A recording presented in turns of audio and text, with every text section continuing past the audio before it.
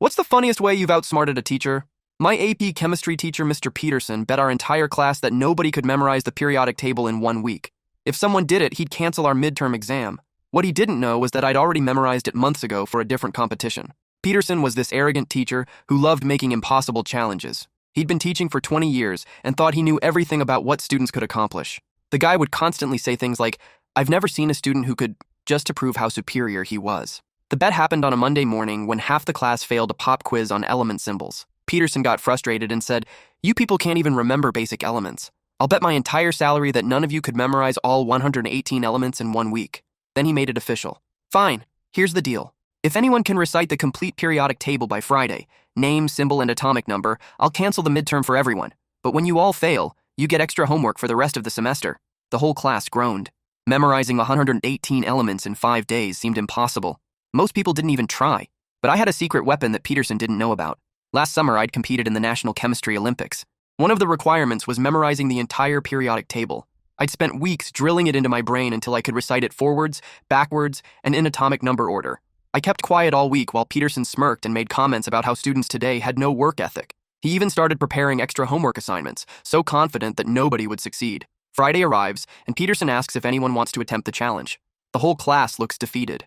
Nobody raises their hand. Peterson starts gloating about how predictable this was. That's when I casually raise my hand. "I'll give it a shot, Mr. Peterson." He laughs and says, "All right, let's get this over with. You have to get every single element correct. No mistakes, no hesitation. Are you ready to embarrass yourself?" I stand up and start reciting.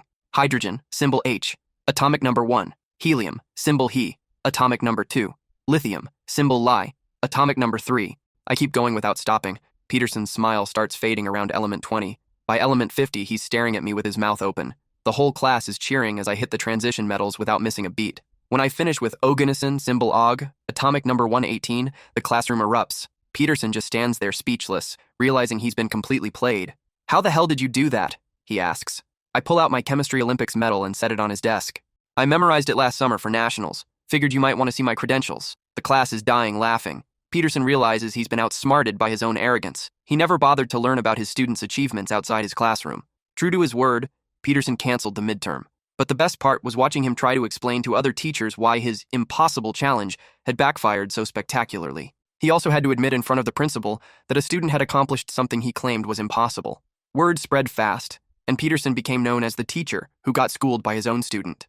From that day forward, Peterson never made another impossible bet with students. He learned that underestimating people based on assumptions can make you look like an idiot. The whole experience taught me that sometimes the best way to handle arrogant authority figures is to let them dig their own graves with overconfidence.